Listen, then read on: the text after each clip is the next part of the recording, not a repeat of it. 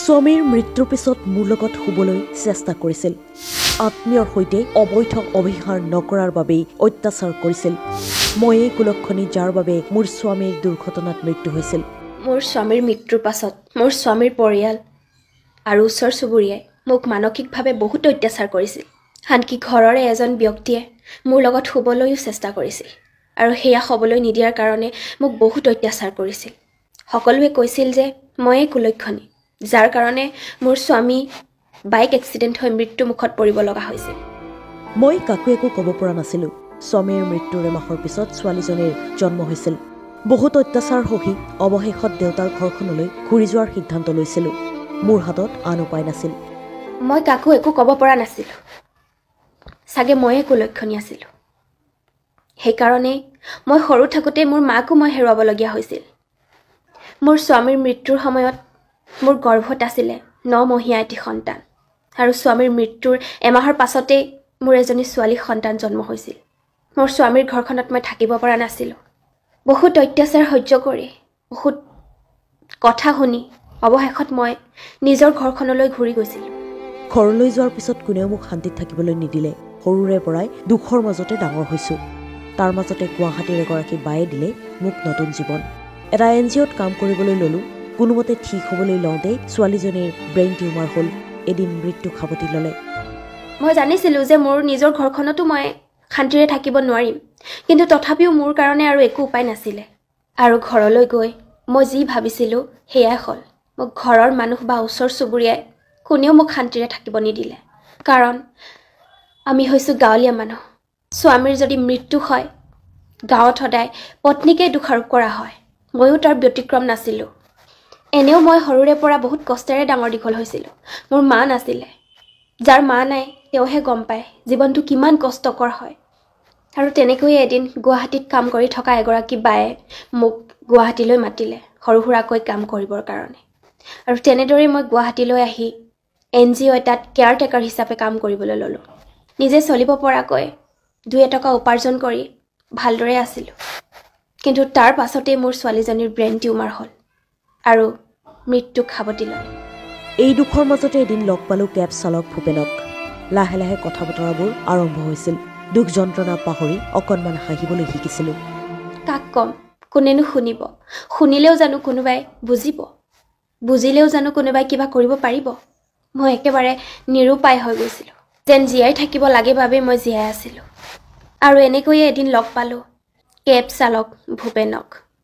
লাহে লাহে কথা বতৰা আৰম্ভ হৈছিল।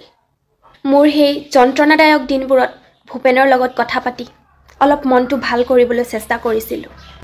লাহে লাহে আমাৰ কথা বতৰাবোৰে এদিন সম্পৰ্ক স্থান পাইছিলে। কিন্তু তাতো মোৰ ভুল হৈ গ'ল। মই জনা নাছিলোঁ যে ভূপেন বিশ্বাসঘাতক। ভূপেন 2জনী কন্যা সন্তানৰ পিতৃ। বিবাহিত ভূপেনৰ সৈতে সম্পৰ্ক বিচ্ছেদৰ সিদ্ধান্তৰ পিছতে ব্লেকমেইলিং কৰিছিল। ভালদৰে জীয়াই থাকিবলৈনো কাৰ মন নাযায়? মোৰো মন গৈছিল সেই দুখ যন্ত্ৰণাৰ পৃথিৱীখনৰ পৰা অকণমান হ'লেও ওলাই আহি অলপ হাঁহিবলৈ, অলপ ভালদৰে জীয়াই থাকিবলৈ। কিন্তু তাতো মোৰ ভুল হৈ গ'ল। মই জনা নাছিলোঁ ভূপেন যে এজন বিশ্বাসঘাতক, ভূপেন যে এজন নৰসাধক। সি আগতেই বিয়া কৰাইছিলে। তাৰ ঘৰত পত্নী আৰু 2জনীকৈ ছোৱালী সন্তানো আছিলে। কিন্তু সেই কথা মোক সি কেতিয়াও জনোৱা নাছিলে। এদিন সি ধৰা পৰিল আৰু ধৰা পৰাৰ পাছতেই মই তাৰ লগত সম্পৰ্ক বিচ্ছেদ কৰিছিলোঁ। কিন্তু সি নামানিলে। সি মোক বাৰে বাৰে ব্লেকমেইলিং কৰিছিলে, মৃত্যুৰ ভাবুকি দিছিলে। তাৰ লগত কথা নাপাতিলে সি মোক প্ৰাণে মৰাৰ ভাবুকি বাৰে বাৰে দিছিল। হাতীগড় নাহৰণি পথত 26 ডিচেম্বৰত সকলোৰে সন্মুখত হানি খুচি অবৈধ প্ৰেমিকা মৌচুমী গগৈক নৃশংসভাৱে হত্যা কৰি পেলালে নলবাৰীৰ ভূপেন দাসে। টিংকাঙৰ মৌচুমীক হত্যা কৰি নিজকে শেষ কৰাৰ অপচেষ্টা চলোৱা সম্প্ৰতি GMCHত।